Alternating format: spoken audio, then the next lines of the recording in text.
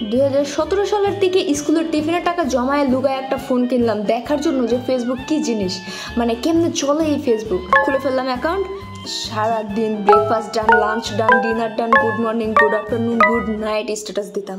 ছি, এক্সামের থেকে বেশি টেনশন করতাম যে আপলোড করা ছবিতে লাইক বেশি পড়বে কিনা। পড়ালেখা তো তখন চাঙ্গে পুরা। তো রুমে ফোন বের করলে আম্মু দেখলো কপালে শুনে আছে, তাই ওয়াশরুম ছিল সবচেয়ে সেফ জায়গা। একদিন কমোডের উপর বসে গুড মর্নিং স্ট্যাটাস দিতেই নিছিলাম, আমার হঠাৎ মেসেঞ্জারে আপু কি আপু একটা গ্রুপে আমার আর আমার বন্ধুর ফটো কন্টেস্ট হচ্ছে, একটু আমাকে একটা ভোট দিবেন কমেন্টে, একটা ভোট হলে জিতে যাবো।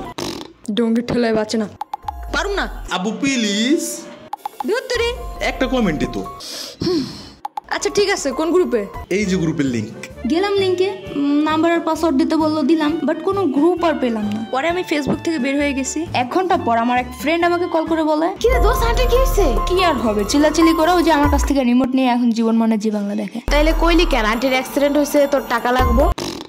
আমি কখন করলাম, হঠাৎ মনে পড়লো ওই লিংকের কথা, তাড়াতাড়ি ফেসবুকে লগ ইন করতে গেলাম, বাট ফেসবুক বলে তোমারও তো চিনলাম না, কে জানো তুমি?